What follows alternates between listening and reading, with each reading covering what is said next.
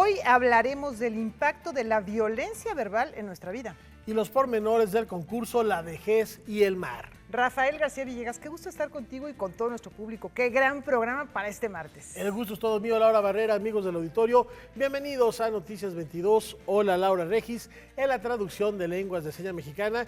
Y arrancamos con un viaje. Claro que sí, nos vamos a Monterrey. Allí está Alberto Aranda, quien nos platica de una revisión al mundo del arte que resume 30 años de trabajo.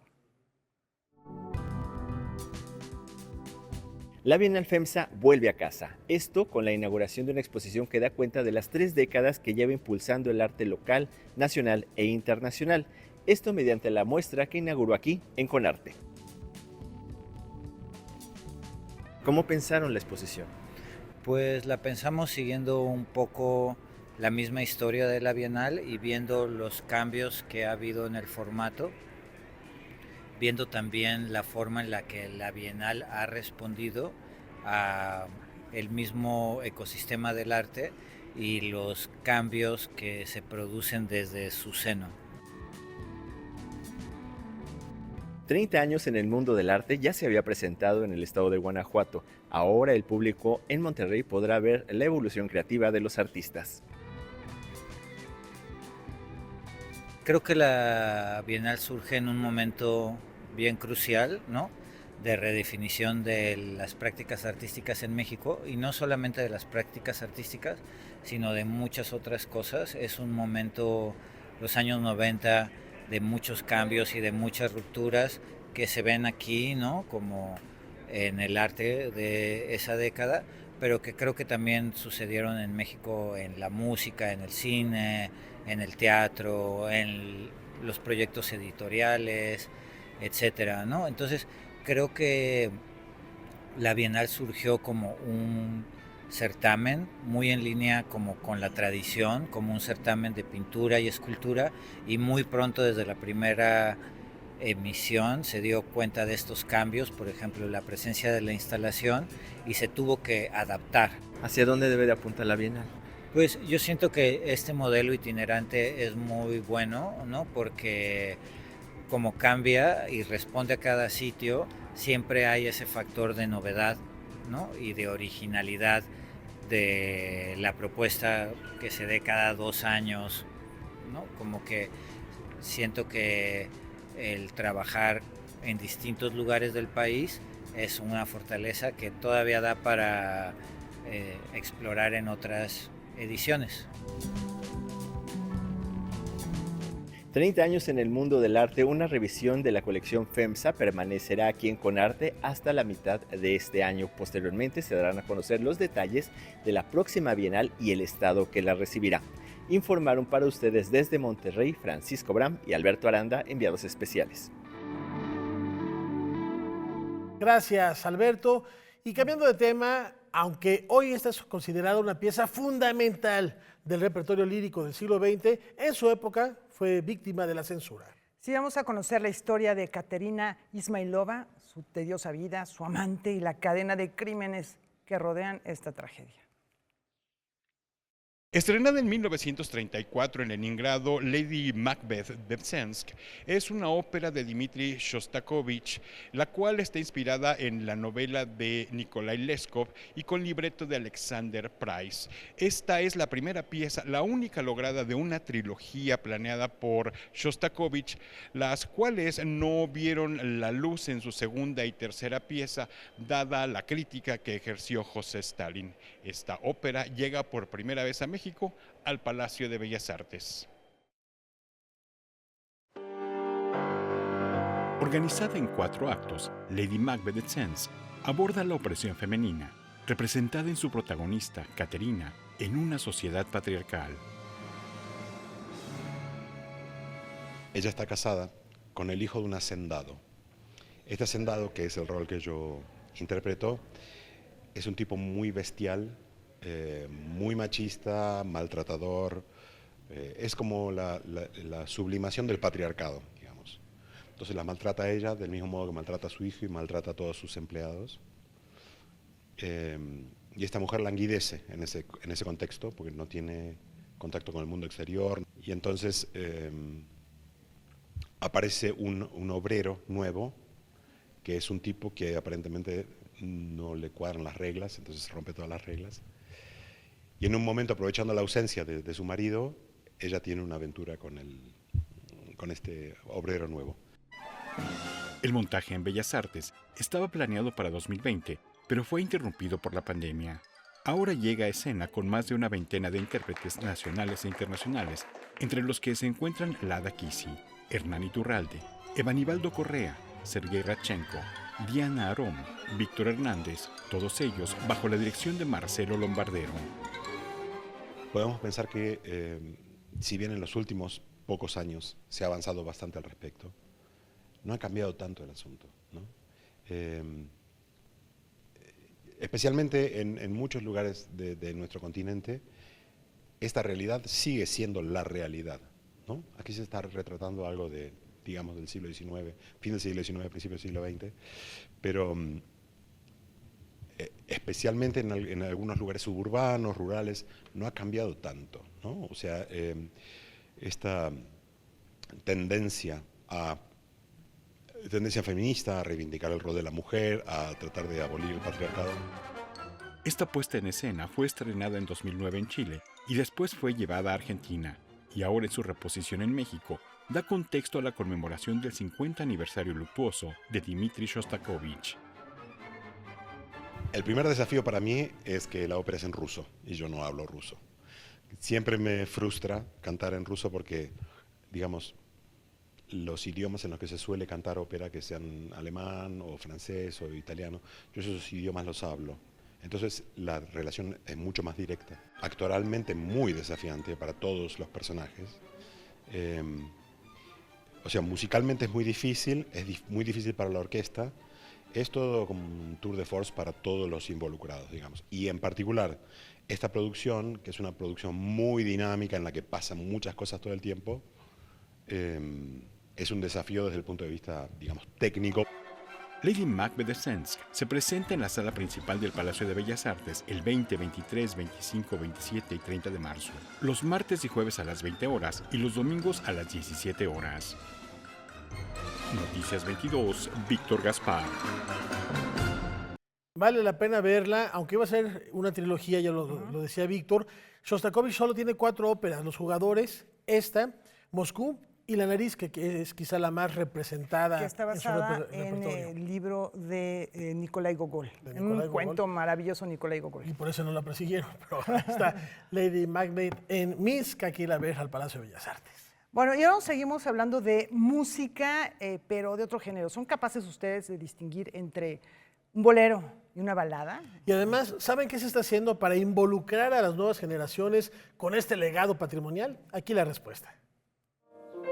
Para formar, educar y difundir el género musical de origen cubano que se extendió por México y el mundo a finales del siglo XIX, se crea el colectivo Juntos por el Bolero. La iniciativa está integrada por 3 destacados promotores de esta práctica: Cecilia Margaona, Argelia Fragoso y Pavel Granados, quienes buscan desarrollar programas pedagógicos que permitan a las nuevas generaciones comprender, valorar y preservar la manifestación artística. Juntos por el Bolero queremos poder llegar a las generaciones jóvenes, que no sientan que el bolero es una cosa de la nostalgia del pasado, sino que entiendan lo que es esta práctica cultural de compartir los dolores, el enamoramiento, las alegrías. Y lo que nos interesa a nosotros es una parte más didáctica, quizás, porque uno de los peligros fundamentales del bolero es que la gente no lo distingue bien, no sabe de qué se trata, ni cuáles, bueno, sus contenidos, en fin, la trascendencia del bolero. Y el otro, bueno, pues volver hacia la tradición, saber qué es lo que ha traído desde Cuba hasta ahorita. Entre las actividades que contempla el colectivo se encuentran las masterclass del bolero, las primeras en su tipo en México, que tienen como misión brindar al público los conocimientos esenciales para apreciar el género. La pregunta es, ¿cómo reconocer un bolero en la actualidad?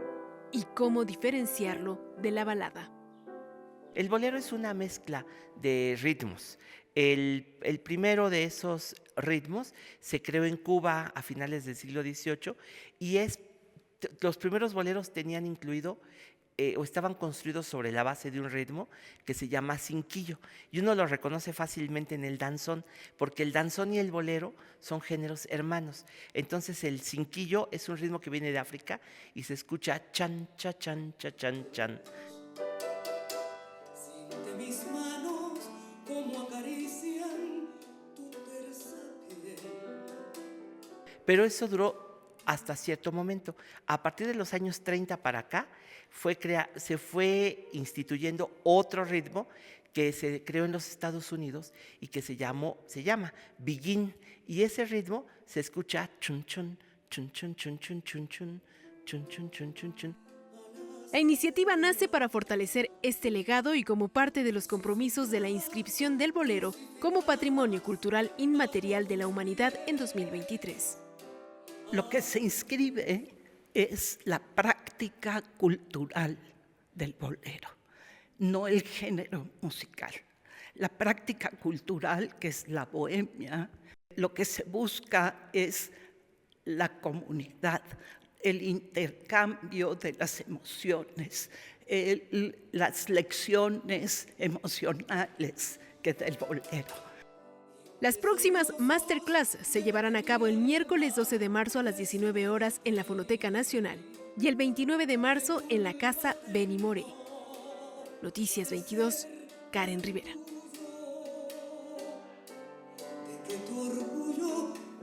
La poesía se puede encontrar en todas partes. Incluso nosotros mismos podemos ser los creadores de esa épica de lo cotidiano. Pero que no se necesita vivir vidas extraordinarias para poder hacer poesía de eso. Es simplemente darnos cuenta de que cada una de las vidas de este planeta son valiosas y entre ellas, pues, nuestra vida propia, ¿no? Convencido de que la poesía puede provenir de los gestos más pequeños de la vida cotidiana, el escritor guerrerense Ángel Vargas ha cultivado una forma de escritura cimentada en la observación y el ejercicio del asombro. Luego de ganar el Premio Bellas Artes de Poesía Aguascalientes 2024 por su obra El estómago de las ballenas, el joven autor impartirá en la casa del poeta Ramón López Velarde el taller Épica de lo cotidiano, con el deseo de compartir con aquellos interesados en escribir, independientemente de que lo hayan hecho antes, algunas de las claves de su enfoque poético, así como herramientas para convertir las minucias del día a día en material literario. La intención es que los participantes adquieran la mayor cantidad de herramientas posibles para poder acercarse con una mirada crítica a sus propios textos y observar a través en su realidad cotidiana, esos eventos que pueden ser detonantes para una creación poética. A decir del escritor, quien tiene a la fecha 8 libros de poesía publicados, el hecho poético se manifiesta como una revelación equiparable a volver a mirar el mundo con los ojos de quien apenas lo está descubriendo. La intención del taller es eso, es devolver la mirada a esa etapa inicial de asombro. Siempre he dicho que la mirada de los niños es la mirada netamente poética y me parece que hay que volver a observar nuestra realidad y nuestro cotidiano como si fuéramos recién nacidos. El taller de poesía Épica de lo cotidiano constará de 6 sesiones semanales, que tendrán lugar todos los miércoles a partir de mañana y hasta el 9 de abril, en un horario de 6:30 a 8:30 de la noche. Ya desde el corte les comentamos que hoy se presentó oficialmente el Tianguis Turístico 2025, que se va a llevar a cabo del 28 de abril al 1 de mayo en Baja California Center de Playa de Rosarito. La edición 49 del Tianguis Turístico será la primera en tener un carácter méxico-americano con actividades en Baja California y en San Diego para responder al interés creciente que existe por parte de los compradores de Estados Unidos y Canadá por los destinos mexicanos. Hasta el momento, este encuentro ha roto récord con 924 compradores de 624 empresas provenientes de 26 países, así que estaremos muy al pendiente del desarrollo de este tianguis turístico. Suena interesante, enriqueciéndose, ¿no? Por supuesto. Y al volver, nos hacemos a la mar de la mano de la literatura. Volvemos.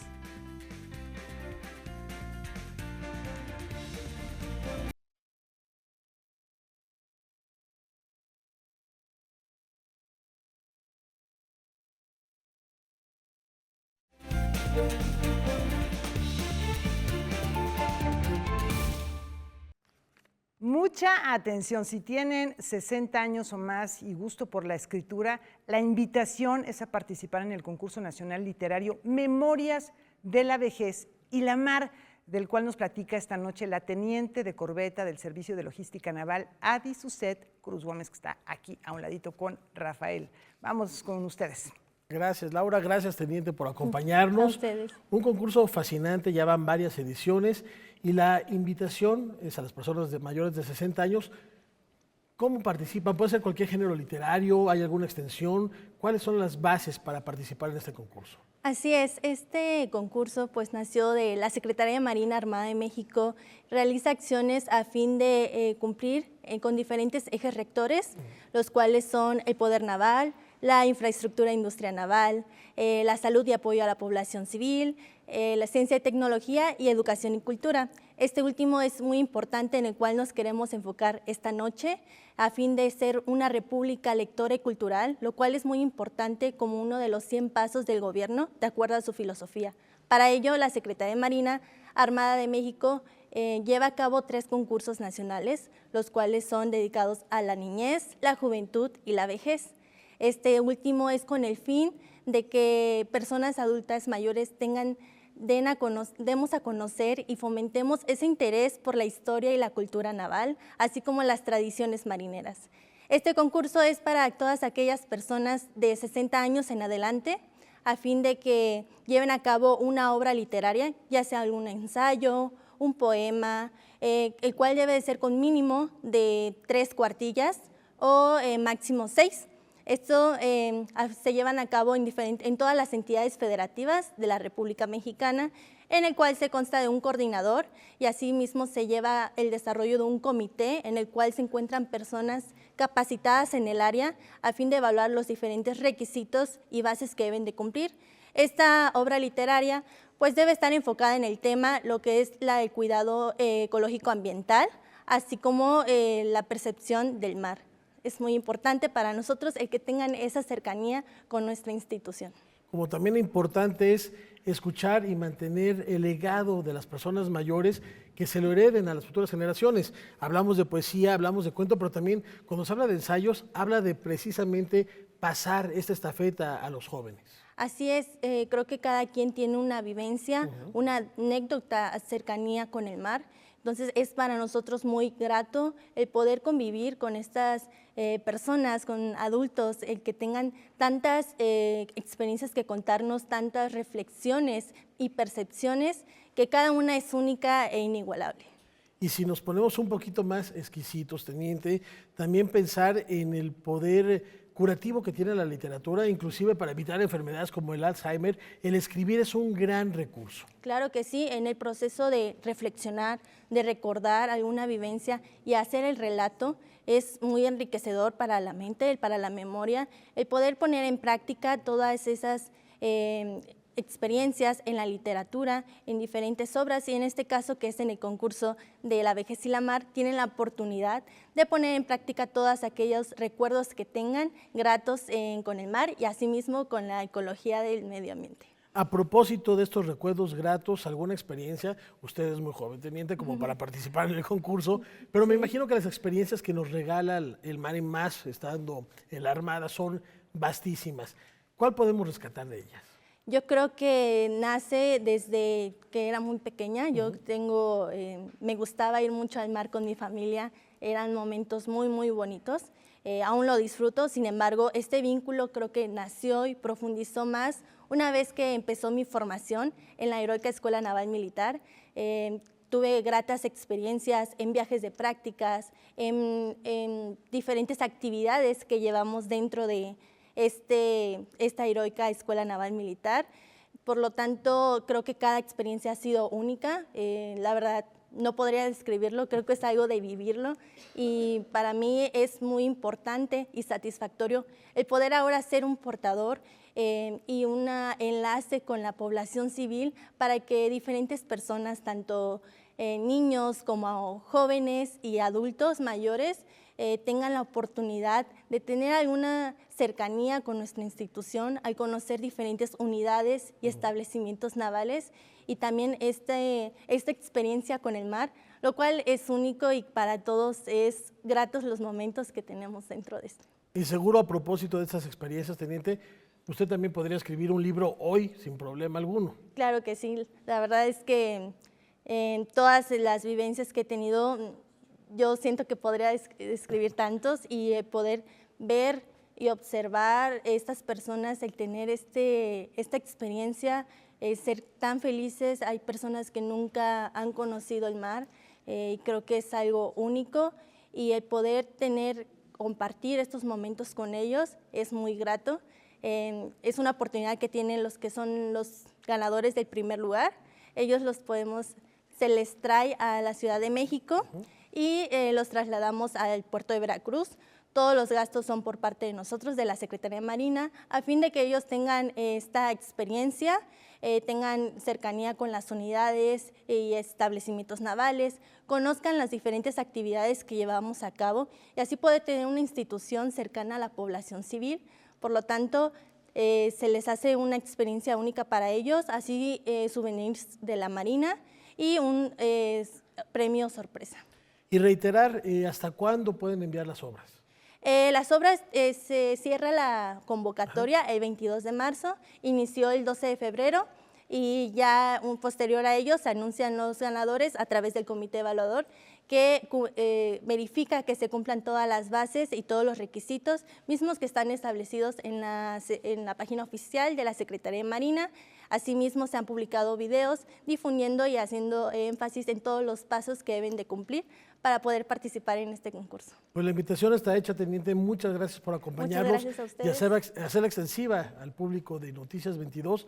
¿Cuántas obras literarias, Laura, ha inspirado también el mar? Pensábamos antes de entrar a esta entrevista en Ernest Hemingway, por ejemplo, El viejo y el mar, pero está Moby Dick y está 20.000 horas de viaje submarino y un etcétera que no acabaríamos en varios programas. Yo me quedé un poquito con la duda, ¿es a partir de qué edad? A partir de los 60 años. 60 años. Adelante. A partir de los 60 años ya se puede participar. Y sí, bien recordamos el título de esta obra, pero bueno, ahora es desde luego más inclusivo al hablar de la vejez o de esta etapa de la vida en la cual pues seguramente habrá muchos recuerdos que tienen que ver con el mar y sus profundidades, ¿no? Así es. Muchísimas gracias, teniente. Pues, no, muchas gracias a ustedes por poder ser parte de esto y poder tener esta cercanía con la población civil. Hay que acercarnos también a la Secretaría de Marina, muchas actividades, y además ya lo decíamos, este es para la tercera edad, pero está el niño y la mar, que es de dibujo, y el joven y la mar, que la es... niñez y la mar, la juventud y la mar, y la vejez y la mar, que es la que actualmente está abierta la convocatoria. Para celebrar artes y culturas a través de la Secretaría de Marina. Muchísimas gracias. Muchas gracias. Laura, ¿vamos a un corte? Muy breve corte. Volvemos.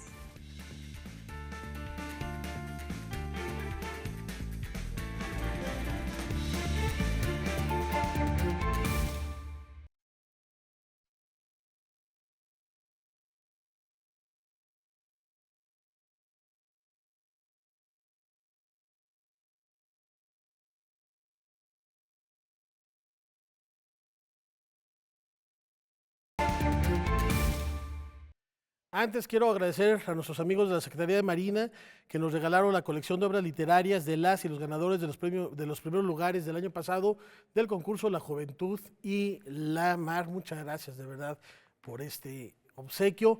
Y cambiando de tema, esta luchadora se consagró como un hito y una leyenda y rumbo al 8M, Rodrigo Peredo nos invita a este serial que nos preparó para ver quién está detrás de la mujer murciélago. Rodrigo, Laura, vamos con ustedes. Sí, la mujer murciélago y de otros personajes, mujeres, hombres primero. Rodrigo, bienvenido. El género de luchadores es de culto en México, desde luego la práctica lo es, pero llevada al séptimo arte dio una enorme cantidad de películas que siguen siendo vistas por muchas generaciones. Y esto derivó desde luego también en un cine que se va no solamente a los luchadores, sino que genera sus propias figuras femeninas. Sin lugar a dudas, Laura, como bien lo dices, bueno, se genera un culto en todo en torno a la lucha libre. Y bueno, las mujeres tienen un papel fundamental, sobre todo en la década de los 60. Solamente, esta es la historia curiosa, se realizan 6 películas de luchadoras mexicanas, dirigidas por el mismísimo René Cardona, el mismo que dio vida al Enmascarado de Plata. Pero para hacer este reportaje, bueno, me pareció esencial el dar un poco de contexto de qué era lo que ocurría exactamente en esa época donde se hace la transición de la época de oro del cine mexicano hacia este cine de luchadores. Y de eso va la primera parte de este reportaje. Vamos a ver, entonces primero esta parte lo comentamos y en los días subsecuentes vamos a tener más reportajes. Veamos. La época de oro del cine mexicano vería su fin hacia la segunda mitad de los años 50. Y es que la industria nacional vivía entonces una crisis ante el auge de la televisión y la época dorada de Hollywood. Los creadores mexicanos tuvieron que apostar entonces por nuevas historias y nuevos géneros. Es aquí donde hacen las primeras películas de luchadores mexicanos. Y el año 1952 pues es un momento fundamental porque ahí se filman 3 películas muy importantes que podríamos decir que son las primeras 3 del cine de luchadores. La primera de ellas pues es la de el luchador fenómeno, que llama mucho la atención porque pues se toma desde un punto de vista humorístico, ¿no? Ahí no hay ningún enfoque, digamos, al deporte como tal. También para este año 52 aparece la primera película ya de un personaje de lucha libre que sería el Huracán Ramírez, un personaje 100% hecho pues para el cine, creación de Joselito Rodríguez y de su hijo Juan Rodríguez Más.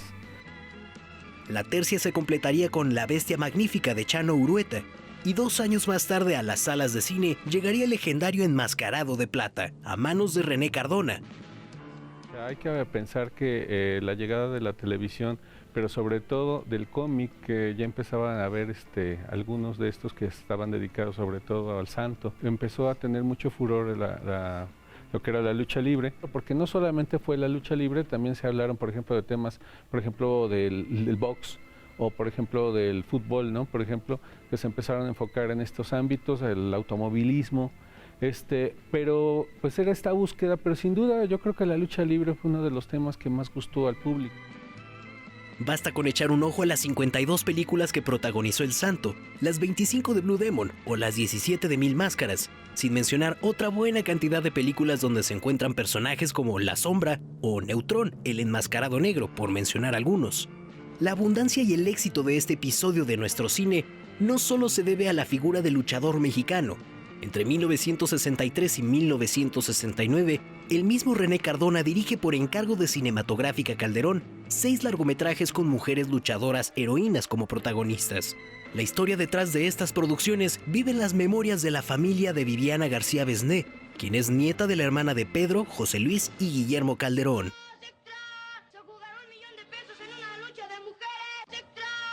Mi abuela estuvo casada con Jorge García Besné, que es el que invitó al Santo a hacer su debut en el cine. Hicieron las 2 primeras películas del Santo que se filmaron en La Habana, Cuba. Se convirtió en una figura importantísima para el cine mexicano y para la cultura.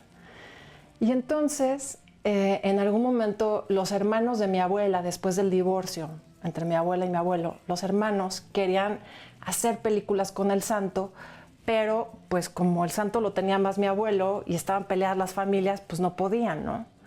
Entonces a mi abuela se le ocurrió, bueno, Calderón siempre ha explotado a la mujer, siempre ha explotado la belleza femenil, ¿no? Desde La Sandunga con Lupe Vélez y los primeros desnudos en el cine con Ana Luisa Pelufo. Entonces, pues mi abuela dijo, bueno, pues ¿por qué no hacen películas de luchadoras? Para Noticias 22, Rodrigo Peredo. Bueno, este es el inicio de este serial, Rodrigo. Bueno, en este cine de luchadores que es con el que comienzas esta serie de reportajes, están todos los géneros incluidos. Del cine preciosista de la época de oro nos vamos a un cine mucho más comercial en su momento, en el que hay una parte de cuestión erótica, sexy, digamos. También hay ciencia ficción, también hay fantasía, hay humor y son nuestros superhéroes populares. No tienen a lo mejor los superpoderes del Hombre Araña, de Superman, pero son nuestros héroes porque son gente digna, ¿no? Estos grandes luchadores gente que protege a los desfavorecidos, en fin, son nuestros verdaderos héroes. Hoy se habla mucho de esas películas, bueno, esos grandes blockbusters en el cine estadounidense y bueno, los mexicanos ya lo hacíamos desde hace muchísimo tiempo. Dábamos, digamos, esta presencia también femenina que ya lo veremos más adelante, Laura. Precisamente de eso va la segunda parte el día de mañana, en donde ya hablaremos exactamente de personajes como la mujer murciélago, las mujeres panteras, que bueno, fueron un éxito rotundo en pantallas y solamente, como te decía al principio, existen 6 películas de mujeres heroínas, luchadoras, protagonistas en esta... Poderosas, precisamente, y solamente en esa lejana década de los 60. Ya después van desapareciendo, digamos, en la pantalla grande. Van Desde desapareciendo. luego, en la práctica deportiva hay muchas mujeres, sigue habiendo muchas mujeres en el cuadrilátero, en el ring, pero en el cine como... En general, todo el género de luchadores en el cine empieza a diluirse. Y resulta aún más interesante, Laura, porque estas películas se dan en un contexto donde la lucha libre mexicana femenina estaba prohibida en la Ciudad de México. Entonces es, de alguna manera, pues sí, un lugar de salida para las luchadoras que se quedaron sin trabajo en algún momento. Entonces, ya verán mañana esa parte y bueno, no se las quiero espolear todas, entonces... No, suena muy interesante acudir a estos personajes que de pronto se quedan un poquito en el olvido y que en México este cine por algún sector ha sido muy denostado, pero por otro sector es muy valorado. Por ejemplo, Guillermo del Toro lo valoran mucho. Los grandes cineastas mexicanos, González Iñárritu también, valoran mucho esta época y de ella brevaron mucho, aprendieron mucho de estos manejos de cámaras y el manejo de las emociones también de la gente frente a la pantalla, y yo creo que tiene mucho que aportar esta parte de la cinematografía que de pronto nada más pensamos en la época de oro, ¿no? La mujer murciélago, de hecho, Laura, está dentro de la lista de las 10 mejores películas de terror mexicanas, según Guillermo del Toro. Entonces es muy interesante por ese lado también. Y creo que hemos dejado de lado este cine donde se deja ver la cultura popular mexicana de alguna forma. Tendemos mucho al hablar, sí, de este cine un poco más artístico, sí, de protesta social, pero vamos, los grandes espectáculos como la lucha libre, todo eso se deja un poco de lado y no podemos verlos a veces como otro Y yo creo que cine. sí hay que tenerlo muy en cuenta. A mí me contaba el hijo del santo justamente que él, tomando clases con Guillermo del Toro, dice, bueno, hoy vamos a hablar de el cine de luchadores. Él, pues como hijo del santo, todavía no se presentaba así, iba, digamos que de civil, y dijo, yo estuve a punto de salirme del salón porque dije, van a empezar a decir que no valen la pena, que son una tontería esas películas. Y cuando empieza a valorarlas y decir las aportaciones y la importancia que tienen en el desarrollo de la cinematografía, pues la verdad es que dijo, por primera vez me di cuenta que sí, eran películas las que hacía mi papá, que eran importantes en la cinematografía, en la historia de México, y bueno, pues de ahí viene también su trayectoria también muy, muy brillante. Un episodio muy importante de nuestra historia cinematográfica, sin lugar a dudas, Laura. ¿Cómo ves, Rafa? Fascinante y además adelantado a la época porque el Santo y Blue Demon ya se comunicaban con sus relojes y eso era envidiable. Gracias, Rodrigo. Esperaremos mañana la segunda parte de este serial y por lo pronto vamos a hablar de otra gran mujer cuyos aportes a la educación, de manera particular de las mujeres, trascienden su legado, Rita Cetina. La Casa Escuela, ubicada en Mérida, presenta Gimnasia de Salón, una muestra inspirada en Rita Cetina, quien fuera pionera en la educación femenina en Yucatán. Dentro de sus materias, que es lo que da título a la exposición, ella implementó una materia que, pues en su época muy innovadora, que era la gimnasia de salón. Entonces, el título nos pareció muy interesante que fuera esa materia que incluyó Rita Cetina en su horario o en su currículum, porque de alguna forma fusiona lo que sucedía en ese momento a nivel académico, que era esta tensión que se creaba, o sea, estaban muy abiertos a la educación, a nuevas materias, ¿no? A introducir ciencia, introducir pues matemáticas, geografía, pero dentro de los espacios domésticos. La muestra reúne el trabajo de Corita, Julieta Gil, Florencia Guillén Elena del Rivero y Jessica Wozny, entre otras artistas. Y nos interesaba mucho hacer esta combinación de trayectorias, tanto de artistas emergentes como de artistas ya con una trayectoria más sólida, además de combinar también los medios en los que cada una trabaja. Es una exposición que combina dibujo, hay escultura, hay fotografía, hay película. La exposición la podrás visitar hasta el 30 de marzo en la Casa Escuela en Mérida, Yucatán, de lunes a miércoles con cita previa y de jueves a sábado de 10 a 17 horas. Hay artistas que difícilmente se exhiben en México, entonces es una gran oportunidad poder ver, sobre todo el trabajo de Corita, es la primera vez que se exhibe en México, entonces pues si pueden ir a verlo, vale la pena porque son piezas únicas, son piezas de finales de los 70 y son 7 piezas que pues nunca se han exhibido en México y creo que, pues digo, sí es un parteaguas hacer esto hoy. Para Noticias 22, Iván Ramírez. Como ayer les comentábamos, la muestra de cine de realizadoras indígenas es un ciclo realizado en colaboración con el Instituto Mexicano de Cinematografía que promueve el talento de cineastas indígenas en el cine mexicano en el marco del Año de la Mujer Indígena, que se llevará a cabo a partir de este sábado en las distintas sedes de la Cineteca Nacional. Y hoy les queremos platicar de Chicharras de Luana Marán. Esta cinta nos habla de los topiles, son los auxiliares municipales que hacen su turno de vigilancia durante la noche en la entrada de San Pablo Begu. Es una comunidad serrana zapoteca. Esa noche llegan los representantes de la empresa constructora, quienes con maquinaria y trabajadores arriban a la comunidad y los topiles sorprendidos piden información para dar acceso y ninguna de las autoridades está informada. La maquinaria es retenida y la autoridad inicia una serie de gestiones para obtener la información necesaria que les permita plantear frente a la Asamblea General de Ciudadanos el proyecto que ha llegado sin aviso a su comunidad. Las distintas fuerzas vivas de la comunidad discuten la situación y se preparan para tomar una decisión que va a cambiar el futuro de la misma. Y bueno, pues ahí está un pequeño resumen de esta presentación. La verdad es que suena muy interesante. Consulten la cartelera de la Cineteca Nacional para que vean los horarios y puedan acudir a ver esta película con un tema verdaderamente muy original de una comunidad que pues está defendiendo sus derechos.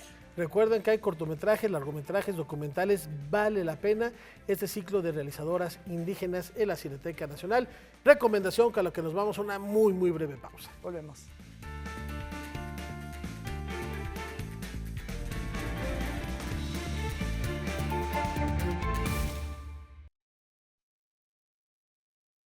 Un gusto también, al contrario, gracias por la invitación.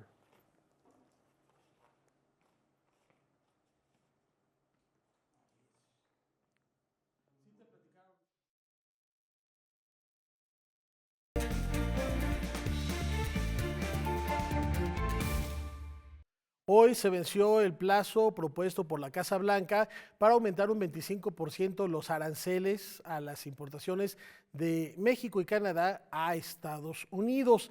Esto todavía se está negociando. En unos minutos más también se anunció que Donald Trump estará frente a la Cámara de Representantes allá en la Unión Americana, dando entre otros anuncios lo que va a suceder con Ucrania y lo que va a suceder con estos aranceles que todavía se pueden negociar. Al respecto, les comparto el tuit que presenta la doctora Claudia Sheinbaum, presidenta de México, que dice que debemos estar tranquilos ante la imposición unilateral de aranceles. Es tiempo de unidad y defensa de la soberanía, y convocó a los mexicanos y al Zócalo este domingo 9 de marzo a las 12 del día para informar las acciones que se llevarán a cabo en conjunto y así juntos saldremos adelante.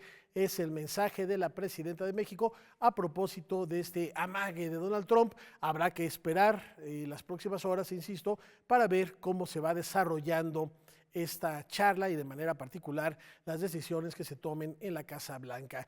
Y Trump, si algo se ha encargado a propósito de aranceles y otras cosas, es de denostar, por lo menos de palabra, a la comunidad latina. Como buena herramienta, la palabra tiene ese poder de edificar y construir, así como de someter y destruir. Y mucho de esto depende de qué tribuna o en qué tribuna se profieran esas palabras.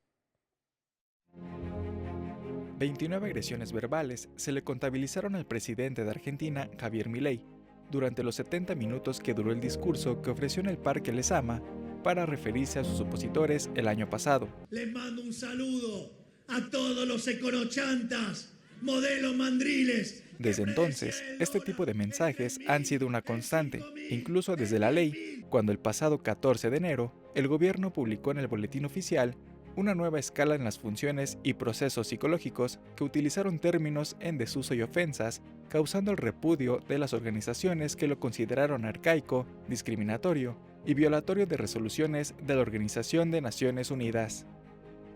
Las declaraciones del primer mandatario argentino también prendieron las alarmas en el Foro Económico Mundial Davos, debido a sus ataques hacia minorías, mujeres, migrantes y la comunidad LGBTIQ+, que fueron catalogados como discurso de odio que vulneran derechos humanos fundamentales y promueven una peligrosa polarización. Este contenido es el mismo que caracteriza al gobierno de ultraderecha, como el de Donald Trump,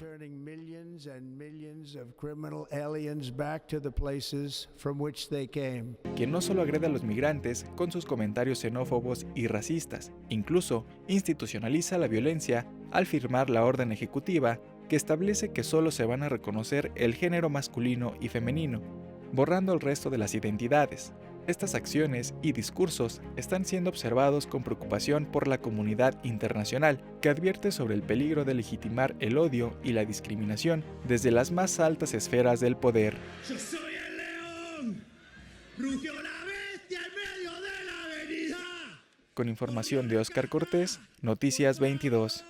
¡No huyan de mí! Yo soy el rey de un mundo perdido. ¡Soy el rey! ¡Te destrozaré! Toda la casta es de mi apetito. Sí, a veces pensamos que las palabras son solo palabras y que se las lleva el viento, pero no.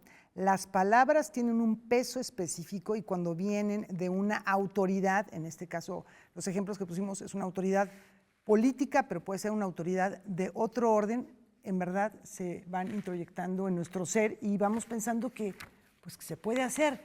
Adrián Chávez. Hola, traductor, divulgador lingüístico. Qué bueno que estás aquí para platicar de este tema tan importante. ¿Qué es lo que nos está pasando? Que llevábamos muchos años ya tratando de tener un lenguaje incluyente, inclusivo, un lenguaje que dignificara a las personas, que a quienes tienen retos intelectuales o psicológicos, a quienes tienen movilidad reducida, pues no los tratáramos de manera despectiva, a quienes pertenecen a diferentes ideologías, países, etnias, en fin, a cualquier persona que pues con su dignidad de ser humano merece ese respeto, se le diera. Ahora resulta que Milei trata con palabras que ni siquiera se menciona en el reportaje porque hasta pena da decir idiota, imbécil a personas con retos intelectuales, o Trump que trataba pues a Kamala Harris con esa palabra en inglés que se parece un poquito a la palabra playa, o a Liz Cheney, al propio Joe Biden, con insultos directamente, ¿no? Y con ofensas muy graves y con agresiones también, digamos, de amenazas a sus oponentes o a grupos humanos. ¿Cómo es que se puede dar un cambio en el que pensamos que la sociedad se va civilizando y va avanzando y de pronto esto que muchos vemos, no sé si todos, pero como un retroceso? Pues yo creo que hay, bueno, primero que nada, gracias por la invitación, me da mucho gusto estar acá y respecto a lo que dices, creo que está pasando socialmente una cosa que es que estamos transitando hacia un nuevo momento de las derechas, incluidas las derechas radicales, y eso obviamente se manifiesta también en la lengua, en el lenguaje y en las palabras que usamos también, pero también en las restricciones o la falta de restricciones que en general, digamos, tenemos. Y como bien dices, por ejemplo, Trump o Milei son ejemplos de ello, no solamente en cómo se refieren ellos a sus contrincantes políticos, sino también, por ejemplo, en este caso que mencionabas en específico, de una agencia, de la Agencia de la Discapacidad, la Agencia para la Discapacidad, que pues casi que desenterró estos términos de la década de los 80 para nombrar a las personas con discapacidad. Y bueno, es una cosa que llamó mucho la atención. Que porque, ya científicamente está sí, claro, superado, está ¿no? muy Como si superado. los locos, pues, no, es que ya esa palabra ya científicamente no describe nada, Sí, claro. ¿no? Sí, no, de hecho, de ahí fue de donde saltó al uso coloquial, ¿no? La palabra, en particular la palabra idiota, tiene una historia muy, muy larga, pero en donde adquirió esa connotación negativa fue cuando en Estados Unidos se utilizó esta como diferenciación de lo que ellos llamaban las edades mentales para referirse a las personas con un coeficiente intelectual menor a los 70 puntos. Obviamente, bueno, los tests de coeficiencia intelectual siguen vigentes, pero ya superamos hace mucho esta diferenciación de la edad mental. Sin embargo, la palabra idiota pues se quedó en el uso general. Y pues bueno, obviamente es ridiculísimo que una instancia gubernamental esté utilizando esas palabras, tanto que tuvieron que dar marcha atrás con la decisión.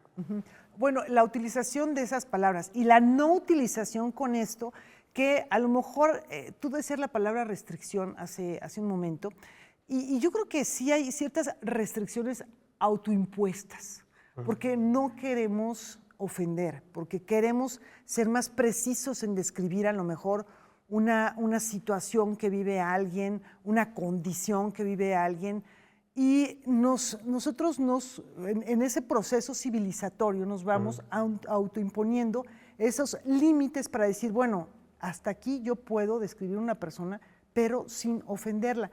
Eso también se está rompiendo, o ya se rompió en ciertos niveles, porque, bueno, la verdad es que este ejemplo de desde la institución sí permea a la sociedad, sí permea a las sociedades. Tenemos en América Latina este lenguaje, y en los Estados Unidos el lenguaje de Trump, que es completamente antiinclusivo. Sí, yo creo que estamos todo el tiempo renegociando las palabras, y así como estamos renegociando los derechos. Nos gusta mucho decir que los derechos no se negocian y no tendríamos por qué estar peleando otra vez por los derechos ya obtenidos. Y es verdad, pero lo cierto es que si algo nos enseña la historia es que todo el tiempo están pendiendo de un hilo, de una mala decisión colectiva. Claro. No los podemos dar por hecho. Exactamente, exacto, no los podemos dar por hecho. Y creo que la lengua obviamente va acompañando eso, y tenemos que pelear por las palabras, tenemos que renegociar las palabras, y en ese sentido creo que, digamos, yo entiendo esto que tú llamas como el proceso de civilización, yo lo entiendo como un ejercicio colectivo de empatía, ¿no? Y creo que cuando hay una palabra que en sí misma no tiene nada de malo, o sea, como cualquier otra palabra, como cualquier uso lingüístico no tiene nada de malo, pero en el momento en el que el uso de esa palabra le recuerda o le lastima a alguien de alguna manera, pues bueno, no se trata, creo, tanto como de una censura, como de una apelación a la empatía colectiva. Y eso no significa que la gente no la pueda usar, pero el hecho de que haya más gente utilizando palabras que se consideran problemáticas o que directamente afectan a un grupo de personas, pues creo que sí es como una alerta de que algo está pasando socialmente. Porque el lenguaje finalmente, ¿cuál es la función que tiene? Que nos comuniquemos mejor, que nos entendamos mejor. Y si hay palabras que para algunos grupos tienen connotaciones que no son las que queremos darles, pues entonces ahí estamos teniendo un error en la comunicación. ¿Qué podemos hacer ante esto? ¿Tener una especie de resistencia verbal, lingüística ante este embate? Yo creo, fíjate, solemos pensar la lengua como una herramienta, ¿no? Como una herramienta de comunicación, y justo un poco lo que decías, ¿no? Que lo importante es que nos entendamos. Y sin que eso sea mentira, lo cierto es que la lengua es mucho más que eso. O sea, la lengua es un hecho social, no es nada más una herramienta. Y como hecho social hay que usarla también para, así como la usamos en la literatura, por ejemplo, para hacer como cosas estéticas, en el sentido filosófico, digamos, de la palabra.